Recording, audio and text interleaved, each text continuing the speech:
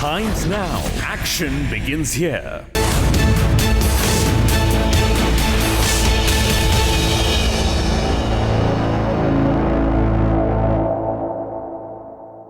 Welcome to the budget debate. We look at the big picture that Finance Minister Arun Jaitley will be looking at, the vision program that he will like to lay out for Prime Minister Narendra Modi, and the vision that Prime Minister Narendra Modi himself will have about the work that this government has to perform over the next 4.5 years. Will this budget look at that long-term vision that this government needs to be working towards, or will they be still stuck in their own short-term goals as is the recently lost elections of Delhi and the upcoming elections of Bihar? That's what we're going to focus on in this debate, where we look at the big picture. Let's look at what the economy is really looking at. Let me introduce my guests in this budget debate. I'm joined by Dr. Rajiv Kumar from the Center for Policy Research, a man who's been advising the government on some of the things they should be doing in this budget. Dr. Rajiv Kumar, a lot of inputs going from you to the Finance Minister and the Prime Minister? Some, and we were invited, some of us, to give those inputs, but I hope that some of them are taken on board. Okay. Lord Meghnath Desai, the man who we call the wise man of the budget and the man who's actually going to dumb down the budget for all our viewers, but also tell us the road that the government really needs to look at. Also joining us is Omkar Goswami, heading various boards of various companies, and of course has an eye on what corporate India is really looking for. But apart from that, as an economist, what the government really should be doing in looking at the fine print of this particular budget. Let's look at the big picture of this particular budget, the backdrop in which this budget will come up. We have what is called on India's right side, we have the current account deficit that's really dipping in the recent times. We are looking at Forex, which is at an all-time high. The financial institutions have been pumping in money, taking the stock exchange to new highs virtually every other day. We have inflation rate, which is in control, which is even forced and even actually made, the RBI governor cut the repo rate in January itself. And are we looking at a second round of cuts is something that everybody is talking about. And of course, a prediction that the economy is likely to go at 7.4%. So given that big picture, clearly it seems to be that everything is working for Prime Minister Narendra Modi as well as for Finance Minister Arun Jaitley, notwithstanding the dip in the oil prices globally that we've seen.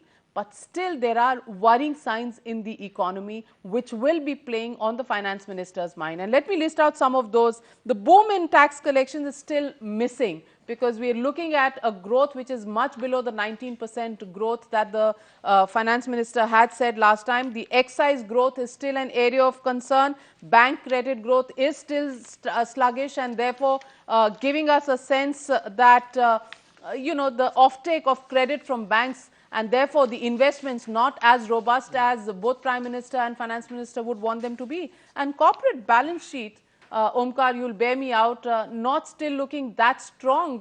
So clearly a lot of worrying factors still on the mind. So what do you think the big picture is going to be? Omkar, let's start with you.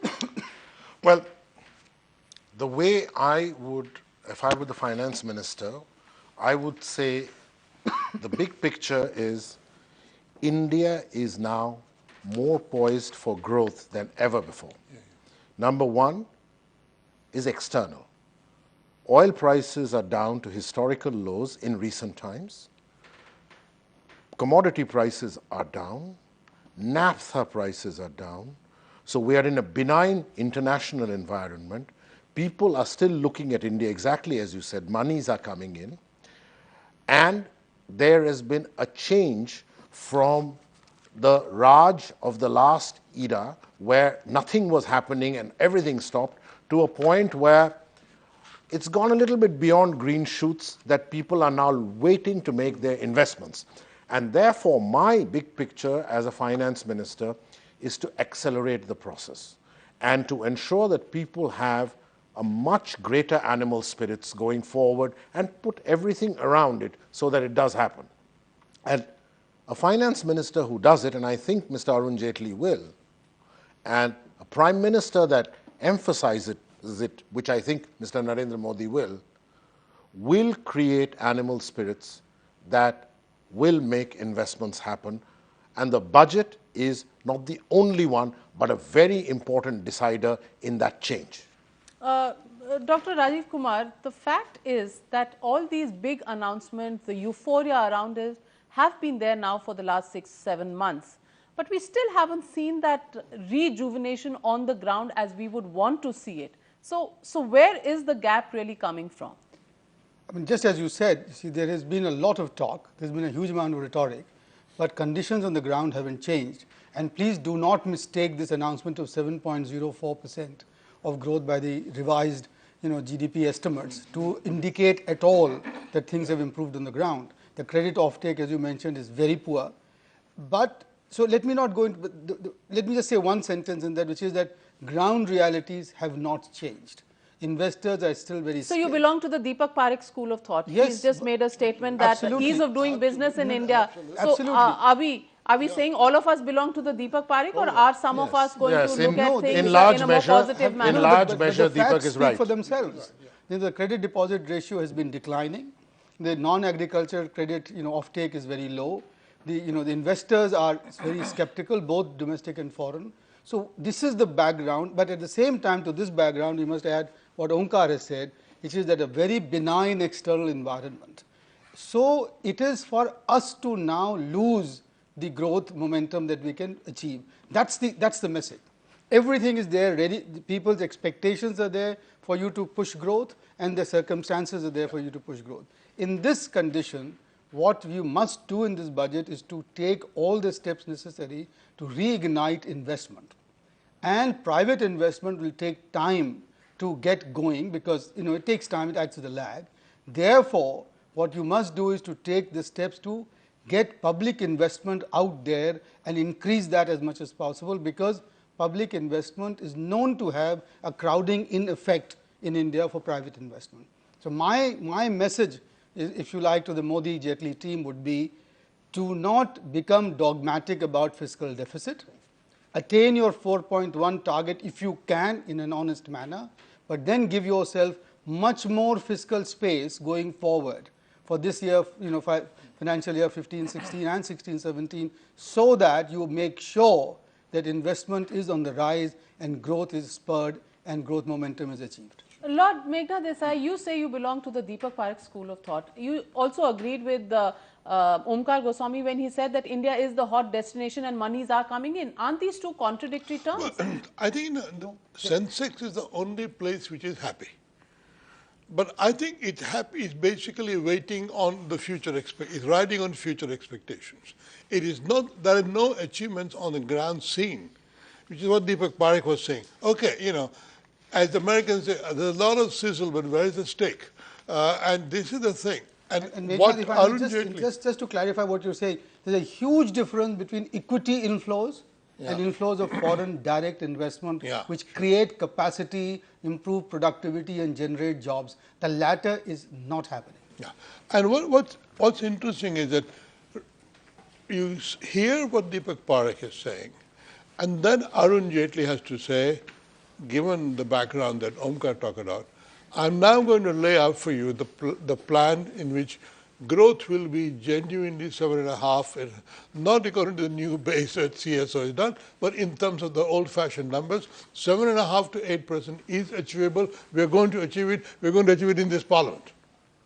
Because that was a promise on which Narendra Modi was elected. Jobs have to be created. Income has to be created. But how do you see all of that happening? Government expenditures down. So fiscal deficit is one number they're looking at. But that also means that from 20-25%, you're down to about 7 to 8%, which means public investments are not really happening the way they should. So where is the indicator really going out to the economy that even the government is coming out with expenditure? Are we looking at a scheme like the golden quadrilateral in the good old Vajpayee days, which revved up investments in the public sector? There are a number of things. As Rajiv was saying, whether you achieve 4.1% or not doesn't matter so much. I hope they don't achieve it by fudging the numbers. But lay it down. So listen, what the big story is a growth story and not the deficit story. There are a lot of resources sitting with the PSUs, idle. The government can harness them. I'm sure the railway budget that Suresh Prabhu is going to have good stuff in it. And so you dovetail these infrastructure. There should be a big infrastructure story, a really big infrastructure story. And that will point to the fact that government is serious about manufacturing growth. And I think if they can do that. You have to. At the end of the day, Navika, does Mr. Jaitley want to be seen, and I don't think he will, want to be seen as a finance minister which come hail or high water got my 4.1 and come hail or high water will get my 3.8, but hell with growth? Yeah, exactly. He doesn't want to be seen as that. Of course not. I mean, it'd be stupid because he can't get that, you know, if he doesn't get growth. So the point that Deepak Parekh has said is a very good warning bell that you have had 9 months, you've made a lot of slogans, things yet haven't happened on the ground, and it's time for you to ring your own alarm bell. His own managing director of the bank, HDFC, No, Aditya Puri, contradicts him. So which side to believe? I'll go with Believe the Deepak. older man. I'll go with Deepak. Believe the older man. And what he's saying is, please ring the alarm bell and get your backside moving. Exactly. Absolutely. And if you can't get your backside moving now, you will have kissed everything goodbye. And this budget is a time to show that yes, we have got our backside moving. And then after that, 3 months later or 4 months later, you can turn around to Deepak Parekh and say, we heard you, are you happy now? Navika, can I just come in here? Investment has declined from about 38% to now 31%. 31%. Yeah. Huge drop as a percentage of GDP, right? Your credit offtake is not growing at more than 10%. Banks are sitting flush with money which they can't lend at this point of time. The smaller of the enterprises, the MSMEs, are in dire trouble at this point of time. So what do? So at this point of time, you've got to get that investment up there. And for that, there are two essential things that you want to do. One, forget the fiscal dogma. Focus on getting revenue deficit down to zero, but then get your public investment up there. And two, make life easy for the MSME sector. Just think of the power sector. Get the inspectors off the back and get them moving. And just one other point, you see, Prime Minister Modi has already announced his targets about getting housing for all, getting electricity in every house by 2019, and getting the railways going, etc. Just follow those leads. So, for example, you can announce a golden quadrilateral in the railways with high-speed trains, which will take a huge amount of money, right? You can announce various irrigation schemes in the eastern part of the country. So there are large scope for public investment to be made. You should do that. But more importantly, I think at this point of time, you have to create that trust with the smaller entrepreneur, that you're not a government which is only listening to, with due respect to them, the Deepak Parekhs and the Aditya Puris of the world, but you've got an ear to the ground for the difficulties that these guys have. If you do that, just giving you one example, and it's very important. So public investment, we are all in agreement that public investment is the way to go. No, absolutely. And I'll just give you a small one. Also cleaning up backlogs. Very simple. A small entrepreneur cannot have a captive power plant. He needs electricity, right? She or he needs electricity. In most states, for 7, 8, 9 hours a day, you won't get electricity. Why not? The reason is that the supply of electricity is not available to him. Why not? Why are so many power projects being held up? Why are so many electricity distribution companies bankrupt and not being able to give power? If you are not going to be able to solve that in your period, then you cannot meet the electricity for all. So there's no rocket science anymore. Everything in India is understood by anybody who has a small 3-digit IQ, okay? Everything is understood. He just has to execute. Well, the point is taken that public investment is the way to go forward unless the government really pushes up the public investment and not gets bogged down by the fiscal numbers. That's something that can actually rev up the economy as far as the investment is concerned. Credit offtake, an eye on the credit offtake is something that the governments will need to do. But we'll also have to discuss then what happens to the health of the banking sector itself with NPAs reaching certain alarming proportions is also something that the government will need to keep an eye on. We'll discuss on the other side of this very short break what the government will do in the social sector versus the corporate sector. Which side is the emphasis going to be on? We'll be back after a very short break. Times now. Action begins here.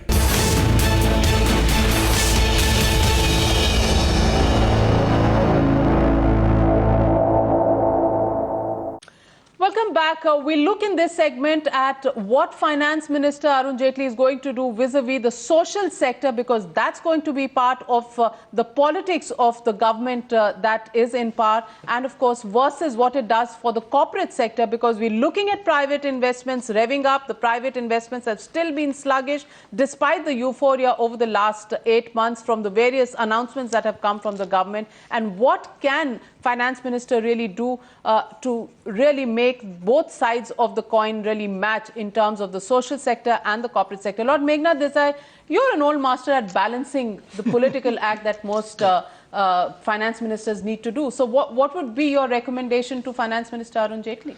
You know, how can you actually create schemes which will lower the burden of health expenditure on the poor, at the same time give incentives to the rest of the middle class and so on to direct some of their money to decent health, housing, things like that. You know, he has to do something which will be simultaneously helpful to almost all sections of the people. Because I think again and again it turns out that we are failing in health. We have created entitlements but not the resources. So government will not only have to invest in health but encourage families to invest in health. Now that requires a little bit of cleverness in the way you design your tax incentives. And how do you think he can do that? Insurance, tax rebates for insurance schemes. He can do that, and that would be possible. And for as it were, the poorer sections, he may create some kind of a health, health handout, health cash transfer.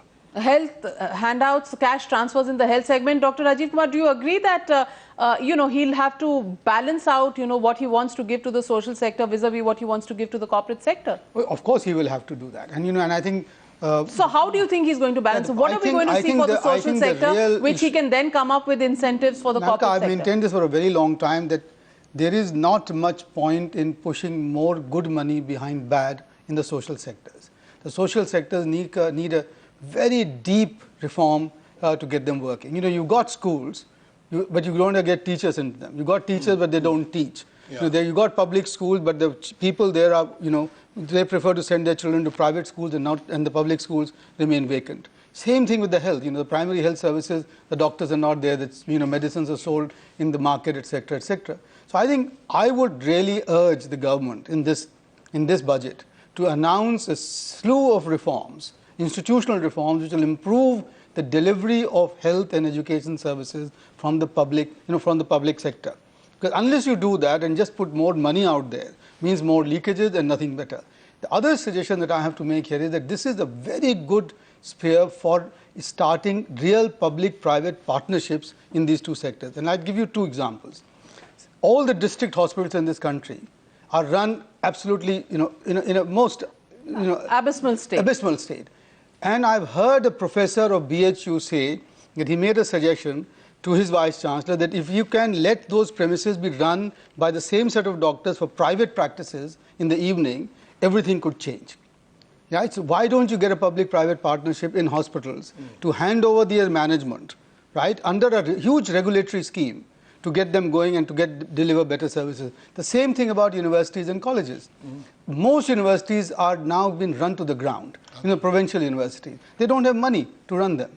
Why not create a public-private partnership to run them better, to utilize those facilities better, again under a very strong regulatory regime, but that is where you can make the best use of the assets you have and actually improve the efficiency of the delivery of these public services, because without that, putting just more money behind good, more good money behind bad is not going to solve any problem. Omkar, do you agree that that's possible to have? Yes, I agree in principle, but I do not believe that the budget is the instrument for it. Okay. It's very simple. Most of these things, education, except for central universities and central schools, health, except for the few central hospitals, all of these are within the domain of the states.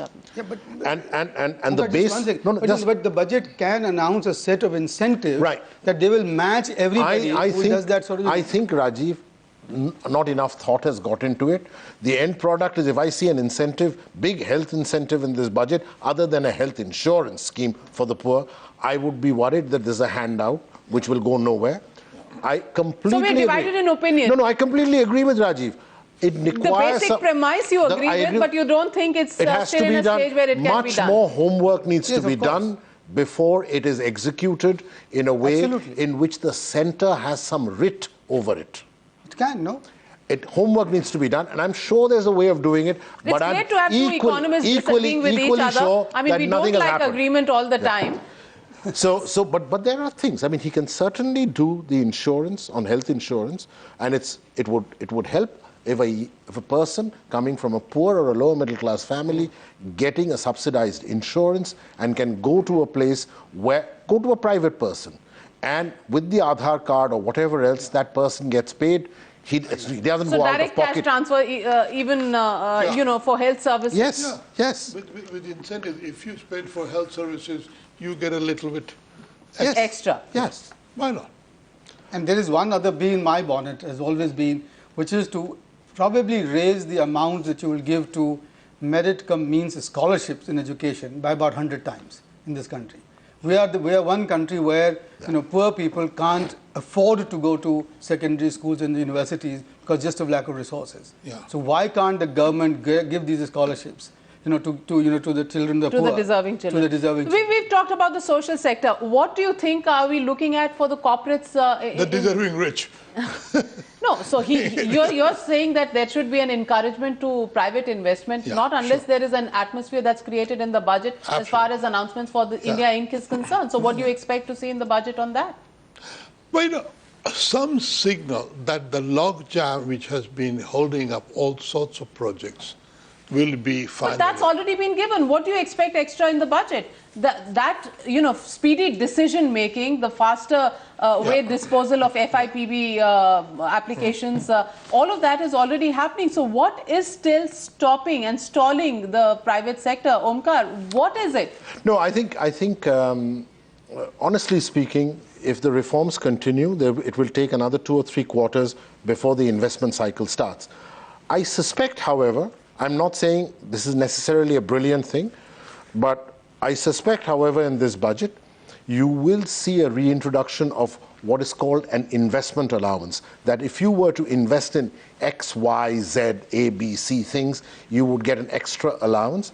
And I expect, again, in some way, to have some accelerated depreciation so that the tax amount, because the depreciation is larger, then for tax purposes the amount I pay is somewhat less. So I expect some of these things to happen. By themselves, they don't create investment. If you don't work on infrastructure, if you don't work on power, and you only do this, it's a waste of time. But if you do this in addition, it's that extra fizz.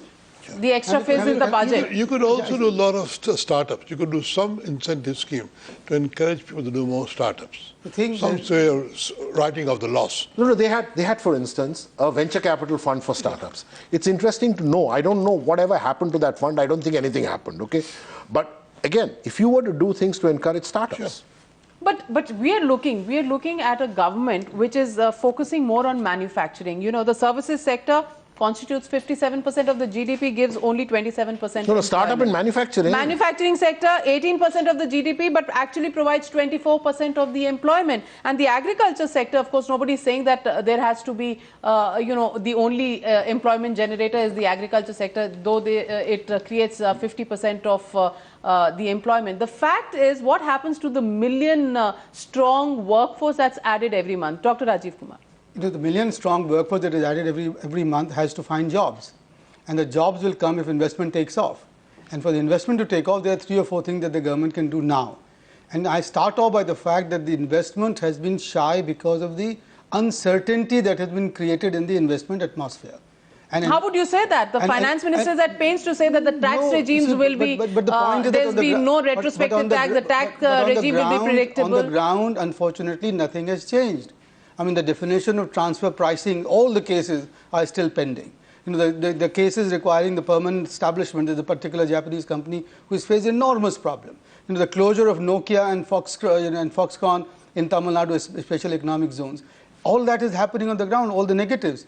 First thing, for example, he can do is to actually start saying that transfer pricing cases will be decided but within this time period. Right? There is 250 lakh crores of tax disputed revenues at the appellate and the chief commissioner level. He can give a time frame that in 6 months these will be decided. The minimum alternative tax. I mean, there has been a regime, it has just made a mockery of the special economic zones and all of the rest. He can start by saying that this will either be reduced or just taken away. And a simple thing. But Rajiv is talking of many specific things. A simple thing.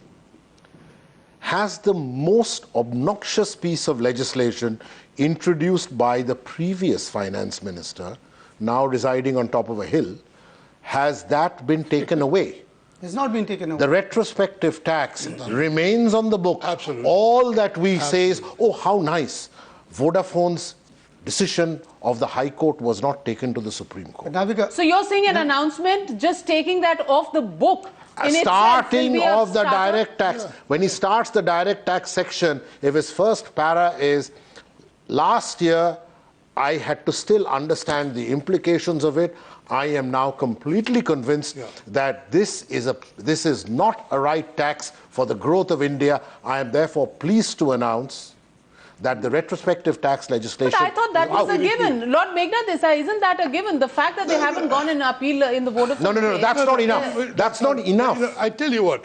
Try and tell this to a foreign investor. Abroad, I can tell you, nothing did India more harm than that piece of retrospective tax legislation.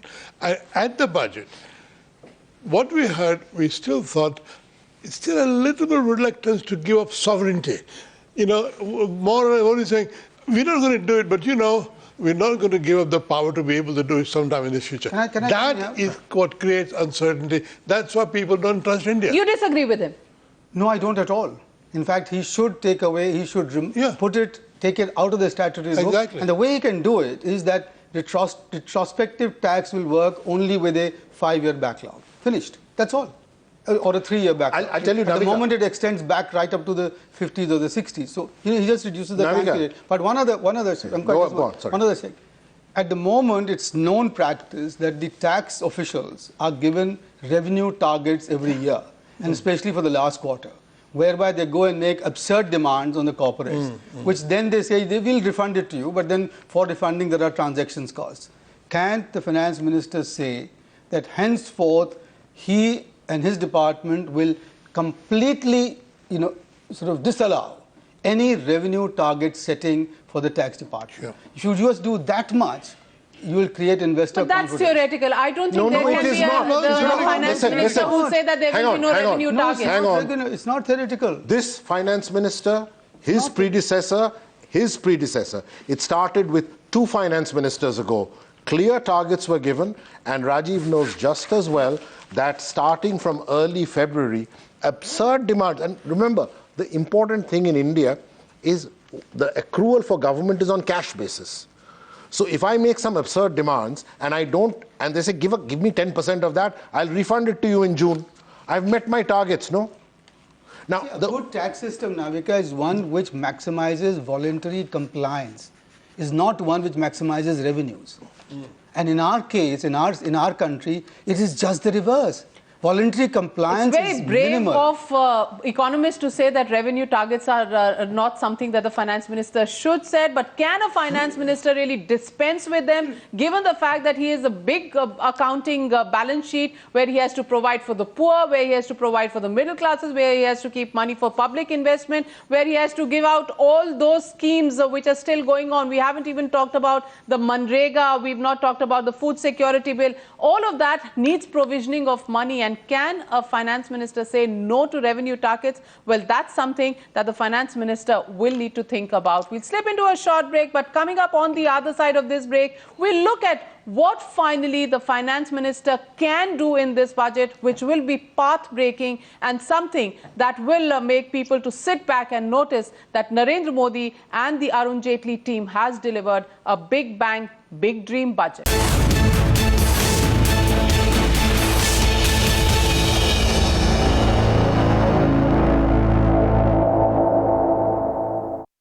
Times now. Action begins here.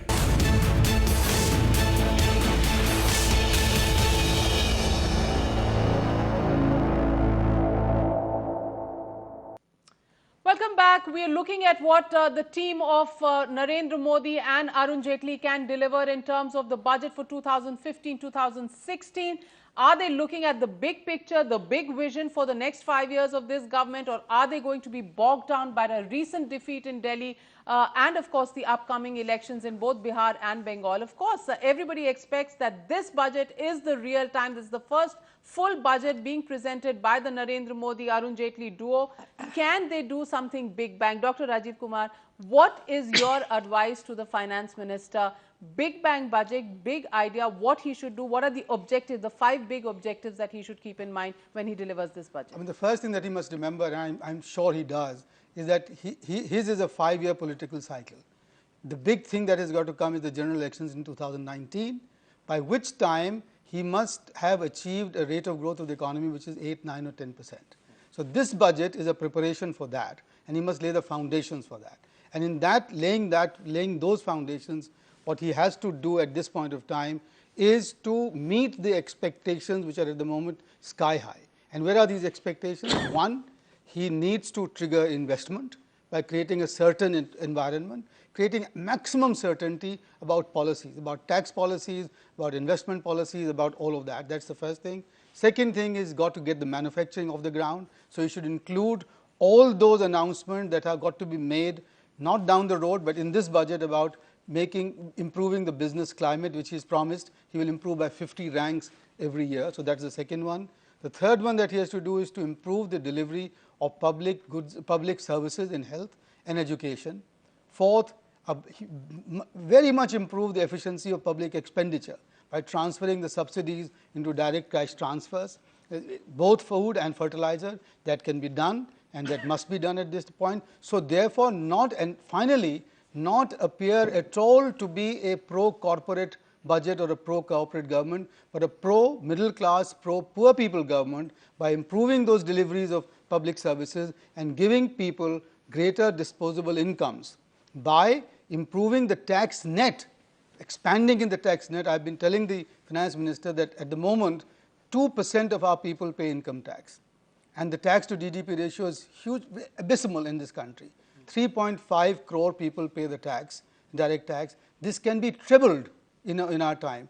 Those are the 5 things that the Modi Jaitley team should do, and I think it will be a good momentum after that. Lord Meghnad Hethai, do you think this is doable in terms of the bandwidth that any finance minister has at a given point in time, in terms of the things he can do politically, and of course the compulsion that exists in terms of the monies he has at his disposal? No, I think it's doable in the following sense. Some of the stuff are to be giving signals of what will be coming in the next few budgets. The framework has to be set out that we are going to achieve 7.5%, 8.5%, 9% growth. Very crucial for employment growth. Absolutely crucial. And then say, listen, I'm going to do things for the corporate, I'm going to do things for the poor, the middle class. All of that is going to be encouraging growth, and the fruits of growth going to the people.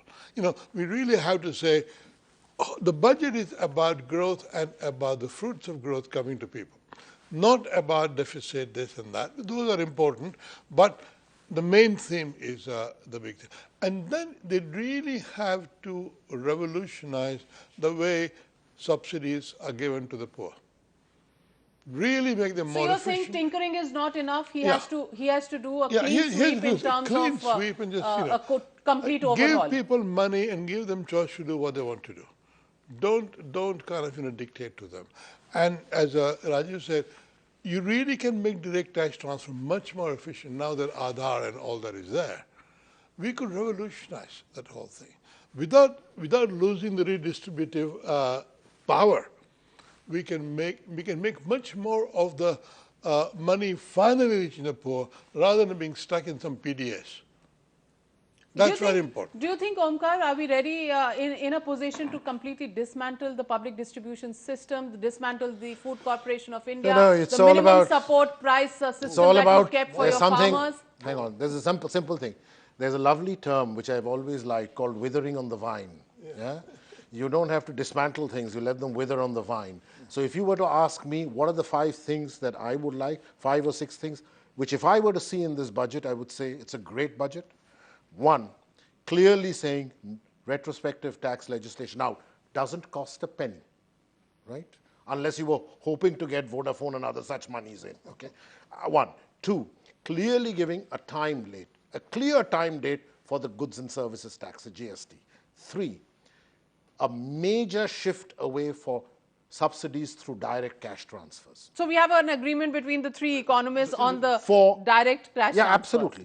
4 is big thing into housing, particularly rural housing, infra, particularly highways, and hopefully Suresh Prabhu will show something on railways, and also some direct tax benefits on manufacture. And finally, to categorically say no time is better than now to increase the pace of disinvestment of public enterprise. No time is better than now. We have Which they have been doing. No, but we have year on year failed. Even this year, they will probably fall short. And this is the time again to refocus. Every nakshatra is on the right side. Let's go for it. Yeah. And there's one other thing, and which must be included, and this is the chronic power shortage in this country. Has to be tackled as soon as possible, because that really affects the smaller entrepreneurs and the smaller producers. With the coal auctions going the way they are. Well, they are, but you see there's a problem there, because the coal auctions might end up making domestic coal more expensive than imported coal. But that's something else to do. But what I wanted to say is that Mr. Modi has announced a hugely ambitious target for solar energy, 100,000 megawatts in the next 5 or 6 years. This budget should really have something very substantial for increasing the generation of solar power, and wherein one step that he can take is to switch the subsidy that he gives for creating capacity to actually generating the power. Because what happens in creating capacity based subsidies, fiscal incentives, is capacities are created, but then there's a financial fix and people move away. That's the first thing he can do. The second thing that he can do is to give real incentive for foreign manufacturers to come and produce solar equipment in this country. India can and should become the solar capital of the world, because we have all the things going for it. If he does that, there will be a huge signal for the world and for the country that we really mean business for energy shortages. Think about solar rays. Not only is it better than any other kind of energy source, but given the mess that coal industry is in, you can actually have a viable alternative. You can have a viable alternative. And it can be done. Look, Navika, no time. Think of this like 1991. Yeah. No time was worse than 1991 when Dr. Manmohan Singh got up and ended his budget speech with Victor Hugo. Yeah.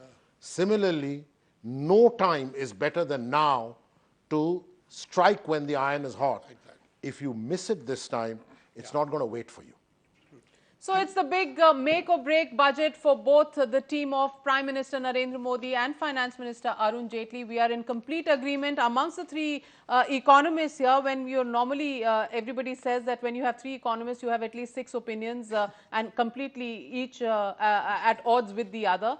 But we've had complete agreement on at least 2 or 3 broad points. One is that the direct cash transfer is the way to go as far as subsidies are concerned, and a complete overhaul, nothing short of a complete overhaul in that direction, can ensure that subsidies can be focused and leakages can be stopped. But the other big agreement that we have is the growth story, and for the growth story, the entire emphasis on public investment followed by private investment is something that we need to look at, and for that Finance Minister Arun Jaitley will need to tailor-make his budget to give that fillip to both public and private investment. Of course, what the Finance Minister will do in the final run-up, what is his real discussion with Prime Minister Narendra Modi, only the two gentlemen know about it. But we do hope that this budget will have the details of all that's been discussed on this budget debate. Thank you very much for joining me, Dr. Rajiv Kumar, Omkar Goswami and Lord Meghnad Desai. We hope some of your suggestions find a mention